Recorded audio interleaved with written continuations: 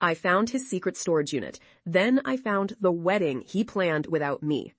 My fiancé Marcus was the kind of man who made everyone believe he was calm because he never raised his voice. He did not yell, he explained. He did not apologize, he rebranded. If I cried, he said I was tired. If I caught him lying, he said I was confused.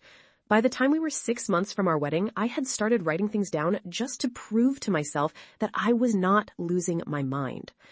The first strange thing was the missing money. We had a joint wedding account because he insisted marriage should feel like teamwork. I put in most of it because my job paid better, but he handled the vendor spreadsheets. Every time I asked why the balance looked lower than expected, he said deposits were expensive. Flowers, linens, lighting, chair rentals, things I could not see yet because he wanted the big reveal to be magical. Then a storage unit bill came to my email. It was not in my name, it was in Marcus's name, but it charged the card from our wedding account. The subject line said, "Final notice." I stared at it for a full minute because we did not have a storage unit. We had a 2-bedroom apartment, 3 closets, and Marcus hated clutter so much that he once threw out my college hoodie because it looked emotionally expired. I asked him about it that night. He smiled without looking up from his phone and said it was probably spam.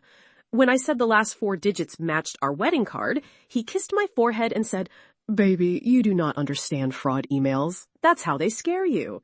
So I called the storage company from the parking lot at work the next morning. The woman at the desk asked for the unit number, and when I read it from the email, she said, "You're listed as emergency contact. You can come update payment today if you bring your ID." Emergency contact. My hands went cold.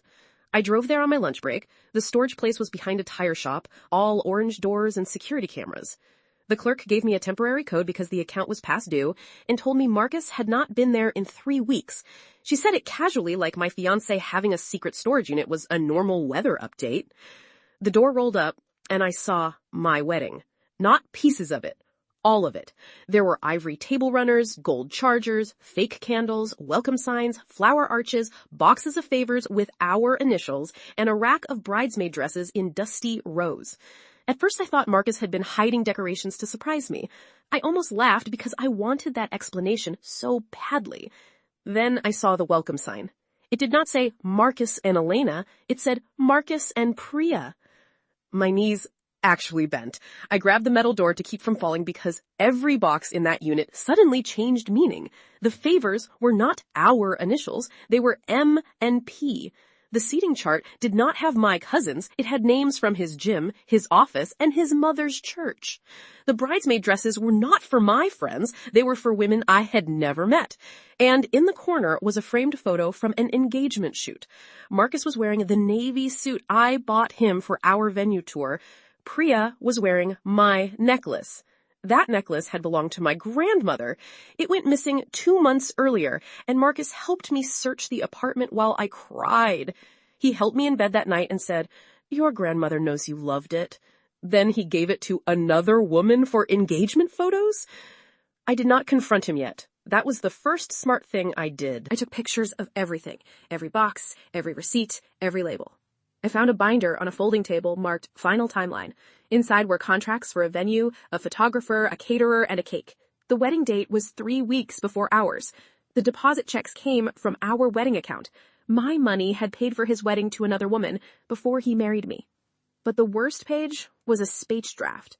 It was written by his mother. She planned to say, "Marcus finally found a woman who understands family, not someone who keeps score." That line was about me. His mother had sat in my kitchen, eaten my food, watched me address invitations, and helped plan the wedding of the woman replacing me. I went back to work and sat through a staff meeting like my soul was not standing outside my body. That night, Marcus came home with takeout and acted normal. He asked if I had called the florist. He kissed my cheek. He complained that my maid of honor was too opinionated. I watched him chew noodles while wondering how many lies could fit inside one person. I told him I wanted to invite his mother over that weekend to review final wedding details. He said she would love that. Then I called Priya. Her number was on the photographer contract. I expected a mistress. I expected arrogance. I expected her to know. But when she answered, she sounded excited because she thought I was the planner. I said, "This is Elena, Marcus's fiancé." There was a long silence. Then she said, "No, I'm Marcus's fiancé." We met the next morning at a coffee shop. She brought a folder thicker than mine. He had told her I was his unstable ex who refused to accept the breakup. He told her the joint wedding account was his savings. He told her my grandmother's necklace was a family heirloom from his side. He told her our apartment was temporary because I would not move out. Priya cried quietly, but not because she was weak. She was furious in a way that made the air feel sharp.